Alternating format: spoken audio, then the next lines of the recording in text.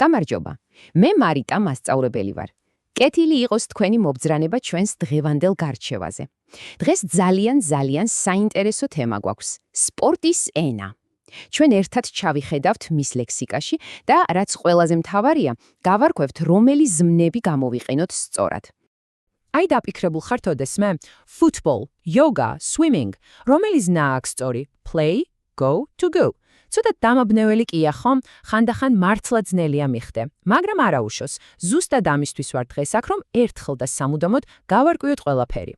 მოკლედ, აი როგორი გეგმა გვაქვს. ჯერ ლექსიკონს შევავსებთ, მერე ვისწავლით თამაშის წესებს, play, go, to do, ცოდნასაც შევამოწმებთ და ბოლოს სასარგებლო ფრაზებსაც დავიმახსოვრებთ. მზად ხართ? მაშინ დავიწყოთ. დავიწყოთ.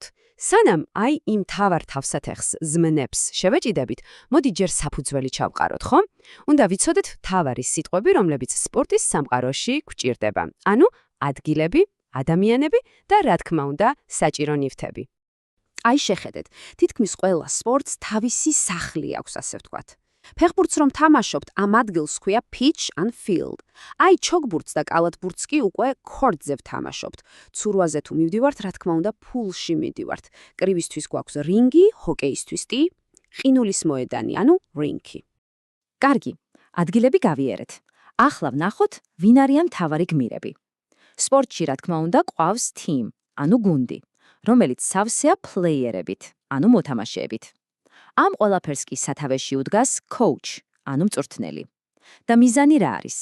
ნებისმიერ მეჩში, ანუ თამაშში, მთავარია score, ანუ რაც შეიძლება მეტი ქულა დააგროვო და გახდე winner, გამარჯვებული. და რა თქმა უნდა, რის გარეშეა სპორტი წარმოუდგენელი? ინვენტარის.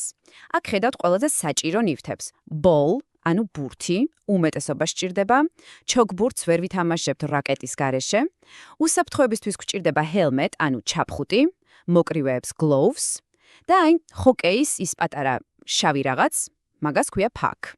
კარგი. ახლა მოდი ეს ყველაფერი ერთმანეთს დაუკავშიროთ და ვნახოთ როგორ იკრება სრული სურათი. მაგალითად, თუ გვინდა ფუტბოლის თამაში, გვჭირდება pitch, ball და boots. ტენისისთვის მივდივართ კორტზე, ვიღებთ rackets და balls. კრივზე თუ მივდივართ, რინგში დაგვჭირდება gloves. ხომ ხედავთ? ყველაფერი ძალიან ლოგიკურია. გარდი, სიტყვები უკვე ვიცით. ახლა კი მივადექით ყველაზე საინტერესო ნაწილს. თამაშის წესებს. ანუ, როდის ვიყენებთ plays, როდის goes და როდის does. მოდი გავარკვიოთ. დავიწყოთ played. წესი ძალიან მარტივია, დაიმახსოვრეთ. თუ სპორტი გუნდურია, თუ ბურთი მონაწილეობს, ან თუ ერთი მოთამაშე მეორეს ეჯიბრება, ზმნა ყოველთვის არის play. სულ ეს არის, მეტი არაფერი. ხო და ზუსტად ამიტომ ვამბობთ. Play football, play tennis, play basketball, play volleyball. ნახეთ, ყველა ამ კრიტერიუმს აკმაყოფილებს. ან გუნდია, ან ბურთია, ან შეჯიბრია. კარგი, შემდეგი გაჩერება go. აქ კიდევ უფრო მარტივი ხრიკი გვაქვს.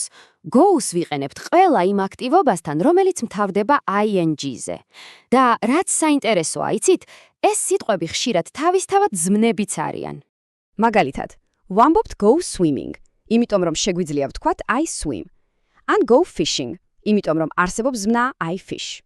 იგივეა go hiking, go snowboarding. ხომ ხედავთ, ეს ing დაბოლოება არის ჩვენი მთავარი გასაღები. და ბოლოს მივადეკით do's. აბა ეს რაღა. do's ვიყენებთ ინდივიდუალურ აქტივობებთან, საბრძოლო ხელოვნებებთან და ისეთ რაღაცებთან, რასაც ბურთი არ ჭირდება. იფიქრეთ იმაზე, რასაც ძირითადად სავარჯიშო დარბაზში აკეთებთ. აი მაგალითად do gymnastics, do yoga. ვინც საბრძოლო ხელოვნებითა დაკავებული იტყვის do judo ან do taekwondo. ეს ყველაფერი არის ინდივიდუალური აქტივობები, რომლებიც კონკრეტულ დისციპლინას მოითხოვს. კარგი, თეორია საკმარისია, არა? დროა ვნახოთ, რამდენად კარგად დავიმახსოვრეთ ეს ყველაფერი. მზად ხართ პატარა სახალისო კვიზისთვის? აბა, ვნახოთ. პირველი კითხვა. რას ვიტყვით იოგაზე? Play, go to do. რა თქმა უნდა, do yoga. რატომ? იმიტომ რომ ეს არის ინდივიდუალური სავარჯიშო აქტივობა. შესანიშნავია. შემდეგი. Ice hockey. Play, go to do. აქ პასუხი არის play ice hockey.